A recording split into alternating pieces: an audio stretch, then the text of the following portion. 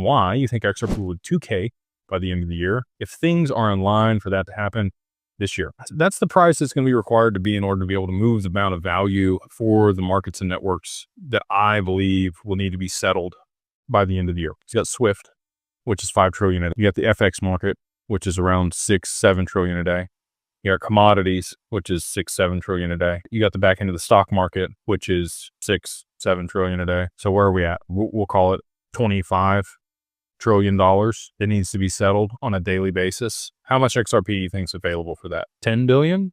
10 billion XRP? So if you want to do the math, that would be a $2,500 XRP if it was used one time a day. And there's 10 billion available. Okay. Maybe there's more than that available. Maybe it's used more than that once per day. And in that case, maybe the price is lower than 2K. But you've also got spot ETFs. You've now got businesses buying up XRP as part of their treasury. You've got exchanges that'll likely be using XRP in its DEX for liquidity after Tether goes. You've got other people that are going to utilize XRP for a treasury asset on their balance sheet that are going to want to buy it. Sovereign wealth funds are going to want to buy it. You're going to need XRP to be able to pay fees to tokenize real estate like they are in the Middle East.